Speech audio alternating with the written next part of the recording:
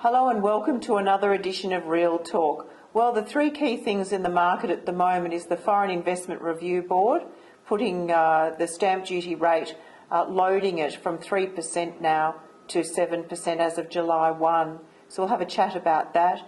The next thing, of course, is the US still holding firm with their interest rates, not putting up interest rates at all.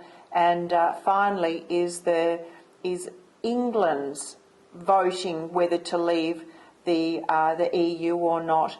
And I think we'll start with that one. It's the most pressing at the moment. Brexit, spelled B-R-E-X-I-T. Brexit is pretty much London, England voting on whether they'll stay or go. And I really think that there's a lot of pressures at the moment because England is such a big purse in the EU. Their contribution to the EU is quite significant in comparison to the other countries.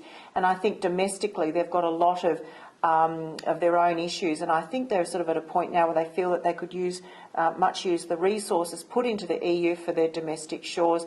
And I personally suspect, and Nick Stratus here is of the same opinion, that it's been fuelled a little bit by the EU putting pressure on England to take more refugees.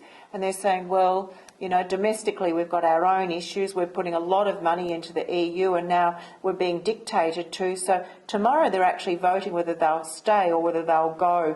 It's probably a bit of a clouded vote with a lot of political underlying issues. Of course, now there's the Bremain, B-R-E-M-A-I-N, whether Britain will remain. There's a lot of flurry internationally in the gold market and the bond market at the moment. As we know, when things are quite uncertain, people tend to, when there's uncertainty, people go towards gold. Interestingly, at the moment, people are opting from gold into bonds. We reported 2 weeks ago that bonds were down. Bonds are up this week. And Nick and I are of the view that that's because a lot of people believe that England will remain. And I guess people are essentially backing bonds in the hope that they'll go up when the decision's made. So we'll report on that one next week. And finally, we've got the US local market not putting up interest rates. And of course, what's happened now is the Australian dollar's gone up. The Reserve Bank's not happy. So, you know, more and more that we report in Real Talk, it's become very obvious that we're no longer an island. England is no longer an island. We're all very, very internationally drawn together, and I guess it's going to set the tempo and the pace of our fiscal thinking moving forward climatically based on worldwide impacts. So it's very difficult. But, you know, on a brighter front, the Melbourne market is alive and well. The investor market has not slowed at all. We are as busy as ever here at Solid. And what I'm really enjoying is working with average mums and dads that just want to put their dollars that they're earning today into their future, both their super and their children's future. So internationally, the foreign investors are still seeing Australia as a great place to be.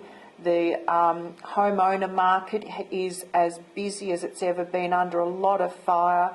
It's very difficult. It makes up 43% of the market, and people are finding it very hard to buy a home at the moment because of the